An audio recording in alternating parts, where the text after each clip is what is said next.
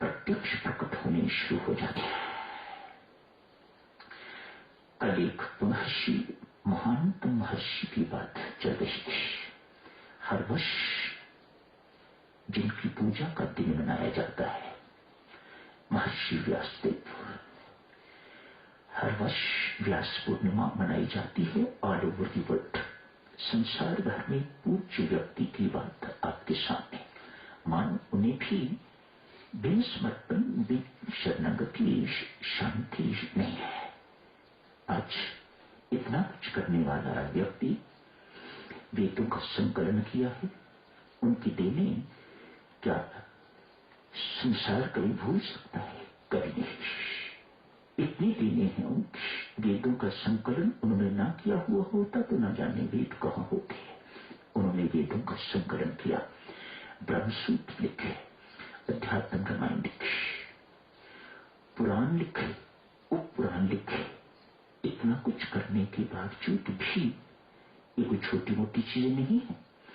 इतना कुछ करने के बावजूद भी आज सरस्वती नदी के किनारे महर्षि उदास बैठे हुए हैं, अकेले, आंखों में आंसू है।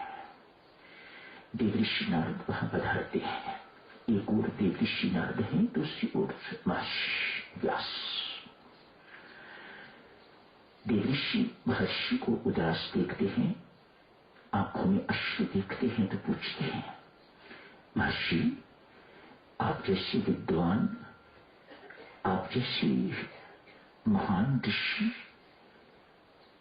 को उदासी एवं आंखों में आंसू, क्या बात है? यहां साक्षण देवऋषि महर्षि से कहते हैं, पूज्यवर, संसार में उदासी के दो ही मुख्य कारण शास्त्र वर्णन करता है। सर्वप्रथम ये, जिंदगी में किसी चीज का अभाव हो तो व्यक्ति दुखी होता है, उदास होता है।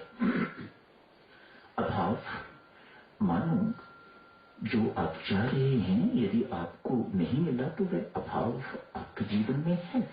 पर मोटा शब्द देवऋषि ने समझाने के लिए कहा, सर्वप्रथम जिसके जीवन में किसी भी प्रकार का अभाव है, वह महसूस करता है, वह उदास होगा। उसकी आंखों से छिप छिप के, या सबके सामने यदि हिम्मत हो तो आंसू बहते रहेंगे। कई बहुत ऐसे भी होते हैं, पीना जानते हैं, वे आंसू पीते रहते हैं, वे बहाते नहीं है, लेकिन आंसू तो बह रहे हैं। चाहे वे पीते हैं, चाहे वे बहते हैं, एक ही बात है। लेकिन आंसू तो उदासी, दुख, ये इतना दुखदायी है। दुख, जीवन का अभाव इतना दुखदायी है कि ये आपको रुलाए बिना रह नहीं सकता। किसी न किसी समय अवसर पाके ये रुला के ही आपको रहेगा। महर्षि आज उदास हैं, रो रहे हैं, एक कारण। दूसरा कारण देवऋषि ने बहुत हमें चौंकाने वाला कारण कहा है।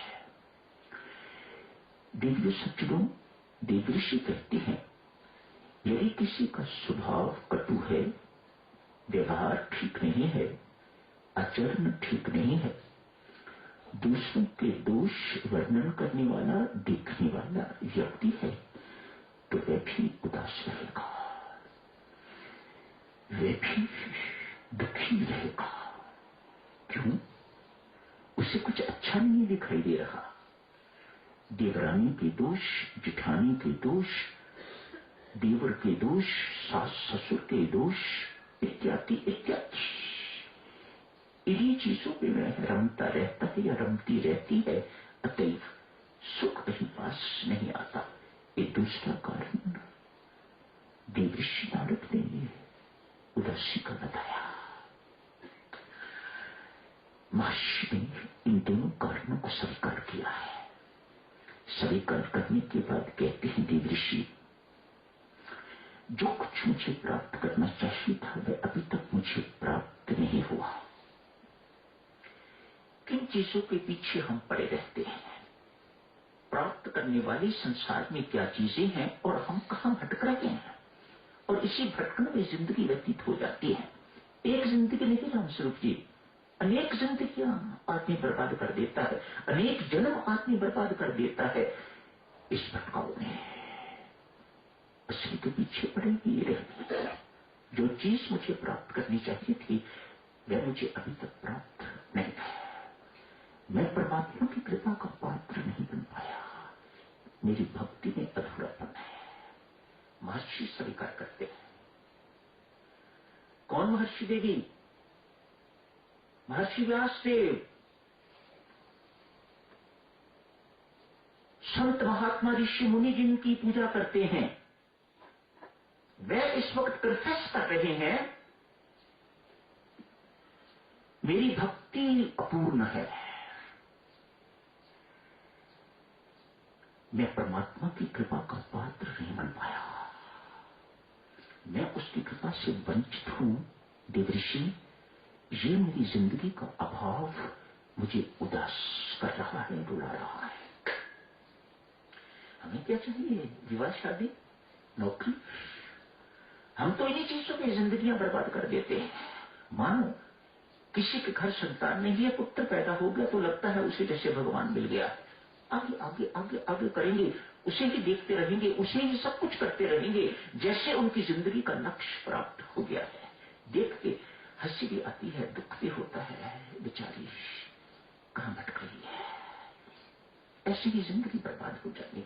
ऐसे ही एक हार्ड मांस का एक बोरा, एक खून, हड्डी, पसली इत्यादि का एक बोरा खून का मिल गया है, विश्व का बोरा। संत महात्मा कहते हैं निष्ठा का बोरा एक और मिल गया है, और वह इसी को देख के निहाल होती जा रही है। मुझे सब कुछ मिल गया है, मेरे घर संतान नहीं थी, 10 वर्ष के बाद आज मुझे पुत्र की प्राप्ति हुई।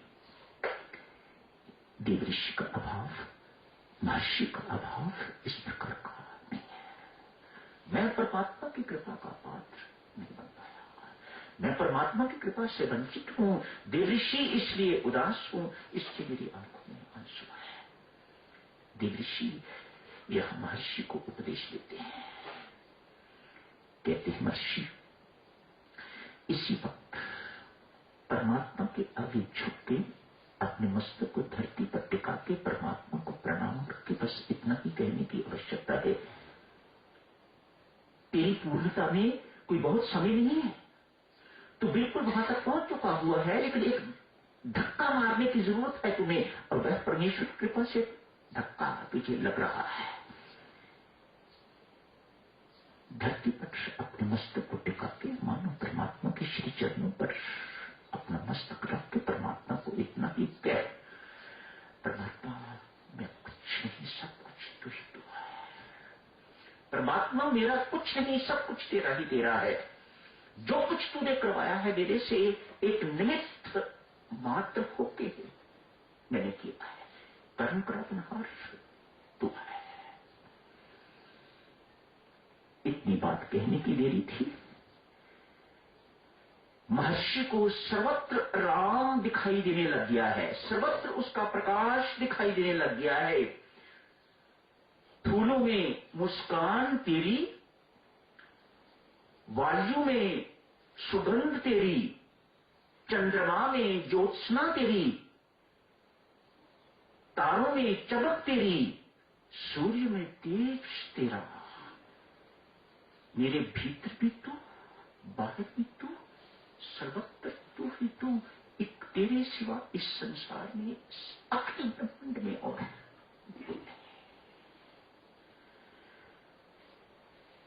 देवऋषि सब कुछ देख के बहुत प्रसन्न हुए हैं। परमेश्वर ने जिस अधूरे काम को पूरा करने के लिए मुझे भेजा था वह हो गया। महर्षि को लगा आज जिंदगी में पहली बार ऐसा महसूस किया है कि एक भटकती हुई बूंद सागर में जाके प्रवेश कर गई है और सागर बन गई है। भक्ति भाव में डूबे हुए महर्षि व्यास ने इस वक्त श्रीमद् भागवत की रचना की है। शेष ग्रंथों में और श्रीमद् भागवत में जमीन आसमान का अंतर है। महाभारत का पाठ कहीं भी नहीं होता, श्रीमद् भागवत के पाठ जगह जगह हो रहे हैं।